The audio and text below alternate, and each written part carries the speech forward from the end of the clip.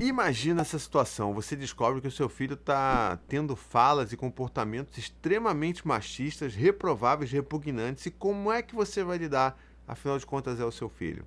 Eu preciso fazer essa conversa com vocês aqui hoje porque uma pergunta chegou para mim e me tocou muito. Então, vamos falar sobre isso, sobre como lidar com os nossos filhos quando isso acontece, porque é uma conversa que ninguém está a salvo não, tá? Eu posso precisar ter essa conversa com os meus filhos a qualquer momento, e se isso acontece na sua família, saiba, você não errou em nada, não é sua culpa, isso não define a sua parentalidade, tá legal? Mas antes, aquele recadinho rápido. Você está aqui assistindo esse vídeo, gosta de conteúdos assim, se inscreve no meu canal, ativa o sininho, vê se você está inscrito aí direitinho, e se você já tiver, me ajuda a divulgar esse canal por aí, porque faz toda a diferença pro meu trabalho, tá bom? Então vamos lá, deixa eu ler logo a pergunta que essa mãe, muito angustiada, mandou para mim aqui. Oi, Thiago, estou com uma dúvida que eu não sei como agir. Tenho 3 meninos e uma menina.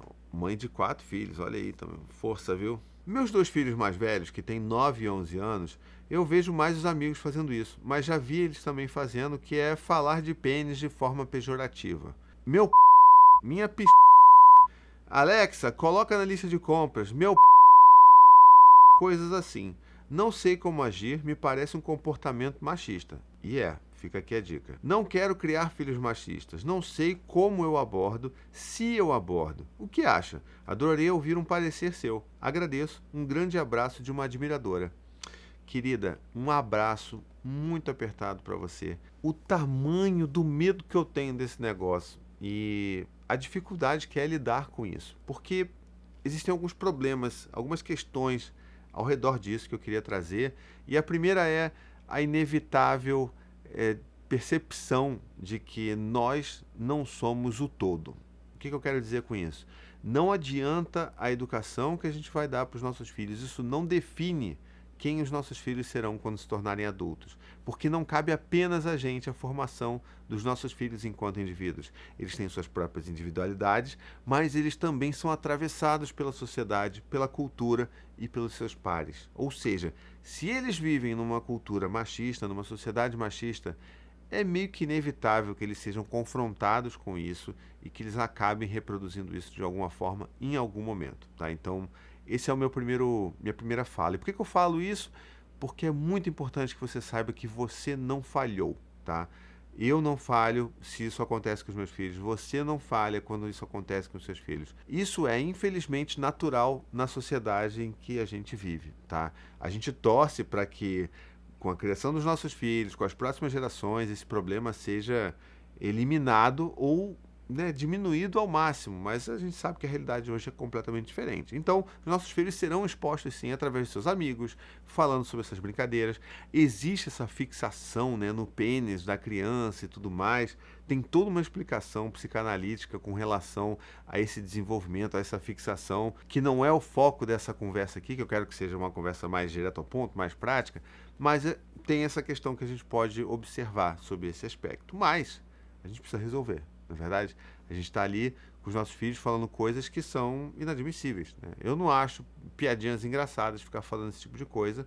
Eu acho que é inapropriado, para dizer o mínimo, e eu acho que a gente tem que primeiro demonstrar que a gente acha inapropriado. Então, vou tentar fazer um exercício contrário aqui.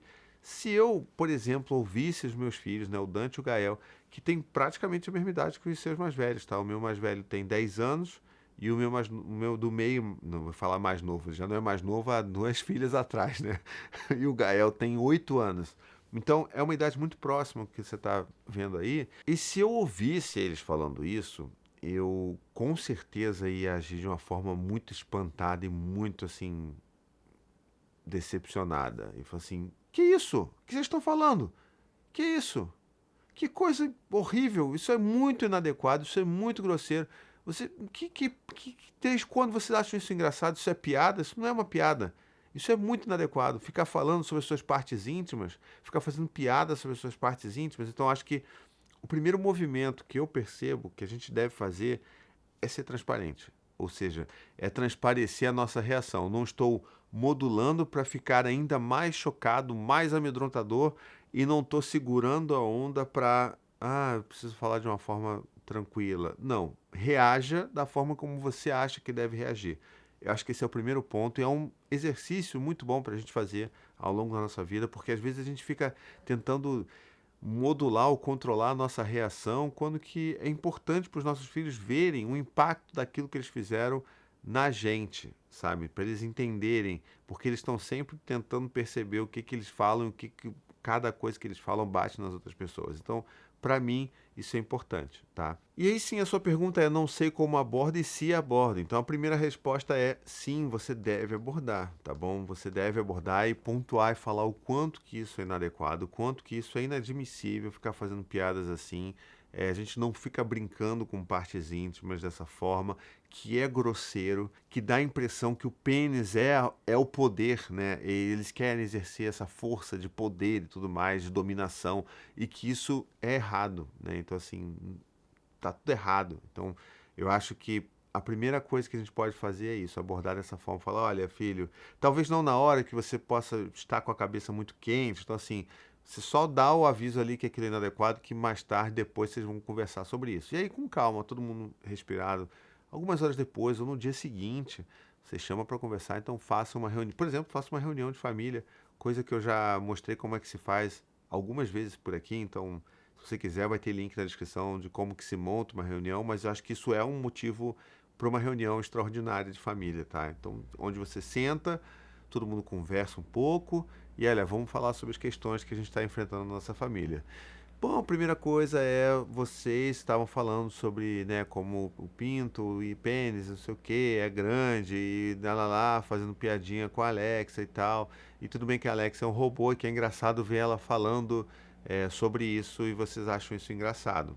Ok, vocês podem achar isso engraçado, mas isso é muito inadequado e eu acho que a gente precisa conversar sobre isso porque a gente não deveria estar fazendo. Você não vê a gente fazendo essas piadas aqui em casa, você não vê o seu pai fazendo essas piadas, você não me vê fazendo essas piadas, então não é nada bacana.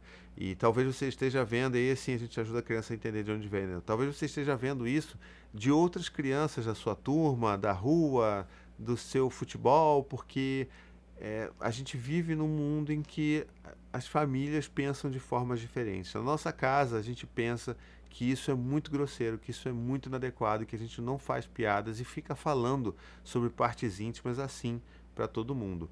É claro que tem que lembrar que a gente não está tentando fazer um discurso puritano aqui, de que eles têm que se envergonhar das suas partes íntimas, não é sobre isso, mas é sobre entender que, olha, é inadequado, a gente não fala sobre isso, não faz piada sobre isso e não é engraçado. Então, vamos procurar outras piadas para fazer. Que tipo de piadas a gente pode fazer? Mas é lembrar que outros amigos vão fazer isso e que pode ser que eles achem engraçado porque todo mundo dá risada, mas que na verdade isso não é nada legal. E a gente começa a mostrar isso dessa forma para eles começarem a entender que por mais que eles até achem engraçado, porque afinal de contas os neurônios espelho, né, eles inclusive funcionam dessa forma, mas eu acho que é importante a gente sempre pontuar isso. Olha, isso não é legal, não vamos fazer assim. Dentro de casa, jamais, mas fora de casa também, porque a gente acha que você tem que se comportar de um jeito adequado em qualquer lugar que você esteja.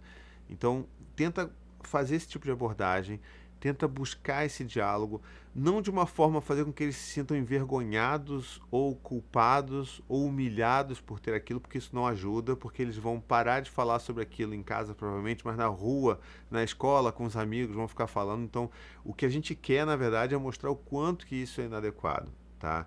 Fazer piadas dessa forma. E como que a gente pode fazer outras piadas engraçadas de outras formas, com, sei lá, de acordo com pum, falar de pum, falar de cocô, sei lá, fala de qualquer coisa, mas não ficar falando dessa forma. E eu acho que é importante mostrar para eles que quando a gente fala dessa forma, a gente está tentando demonstrar um poder através do pênis que, sabe, não é saudável, sabe? Essa disputa de poder. E é daí que vem esse culto ao falo, esse falocentrismo, né, de que o meu é mais grosso, é mais vigoroso, é mais todadá. Então, assim, é maior, né? Então, assim, daí que a gente vem e começa a falar, inclusive, sobre os diferentes tipos de pênis que meninos têm, sabe? Assim, de como que, inclusive, né, a genitália, ela não define o gênero de ninguém. Então, assim, sabe, tem tanta coisa que a gente pode falar e tanta literatura que a gente pode abordar que eu acho que ajuda a criança a entender que ok, não deveria ser engraçado, porque é só isso.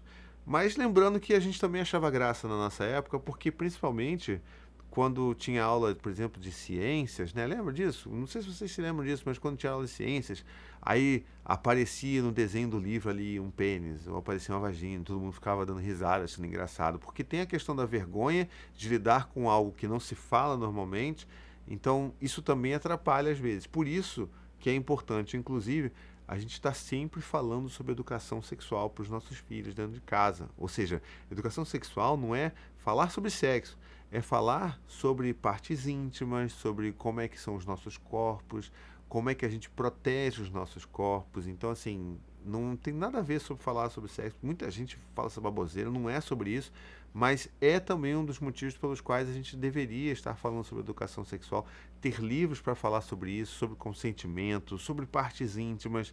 Eu já fiz conteúdos falando sobre essas minhas indicações, então vou deixar aqui também link na descrição para você ver, mas eu acho que é super, super, super importante a gente parar, olhar com calma essa questão, conversar de uma forma não julgadora, porque quando a gente começa a julgar e fazer os nossos filhos se sentirem, né, culpados e humilhados por conta disso, a gente só vai, sabe, nos distanciar, a gente só vai fazer com que esse vínculo, esse canal de comunicação seja, sabe, piorado em termos de qualidade. Então a gente não quer isso, porque eles estão chegando, principalmente os seus filhos e os meus, eles estão se encaminhando para um momento ali que é muito, né, turbulento da adolescência, que a gente não quer perder esse fio de contato, esse fio de comunicação. Então o que a gente faz hoje vai garantir que esse fio esteja minimamente estabelecido lá para frente, para quando a gente vai ter que também falar muito sobre isso, porque assim, isso é só o início, né? A gente falar sobre como se comportar de forma adequada, como enxergar atitudes machistas e inadequadas, como que isso é grave na sociedade que a gente está vivendo, a gente só está começando a fazer isso agora. Quando eles forem adolescentes, quando tiverem, sei lá, suas primeiras relações, a gente vai ter que estar sempre falando sobre essas coisas, porque o mundo lá fora vai estar bombardeando eles das coisas que a gente não gostaria que eles fizessem, ou que eles reproduzissem. Então, o nosso papel nessa história toda é de ser esse contraponto, a partir do vínculo que a gente tem com eles, de poder mostrar e apresentar para eles formas que a gente considera mais adequadas de olhar para isso, para olhar para o corpo da gente, para olhar para gênero, para olhar para sexualidade. Então, a gente já vai ter que começar a fazer isso muito em breve. Então, fica aí esse convite para a gente pensar sobre isso, porque a gente tem muita dificuldade de lidar com isso, porque isso sempre foi um tabu, porque nossos pais não falavam sobre isso de forma adequada com a gente, então vira vergonha, e a gente não quer que vire vergonha, porque o que vira vergonha se faz escondido e vira, né, segredo, e a gente não quer isso, a gente quer poder falar de forma aberta com os nossos filhos sobre essas questões. Tá bom? Eu espero que essa conversa tenha ajudado de alguma forma, tenha dado alguns insights aí. Eu espero você, inclusive você, mãe, que me mandou essa mensagem aqui, depois me disse se ela te ajudou de alguma forma.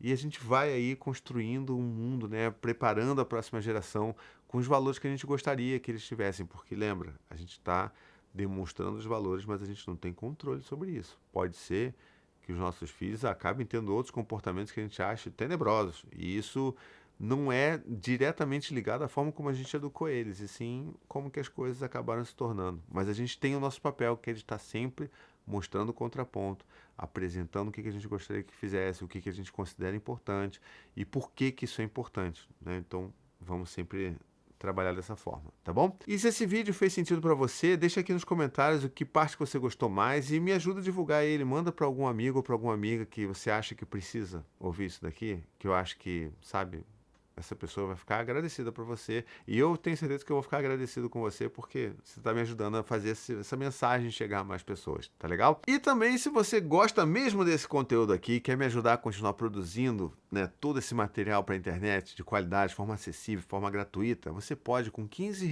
mensais, me ajudar lá na minha campanha de financiamento coletivo, no apoia.se/paizinho, e lá você vai ter acesso ao meu grupo de apoiadores exclusivo no WhatsApp, um lugar que a gente troca ideia, que a gente fala sobre novas pautas, de onde vêm novos assuntos, inclusive aqui, para as minhas conversas com vocês. Então, assim, é uma comunidade linda que a gente tem ali. Eu tenho certeza que você vai adorar fazer parte, além, é claro, de me ajudar a continuar produzindo esse material por aqui, tá bom? Eu vou ficando por aqui, então. Um beijo, até a próxima. Tchau, tchau.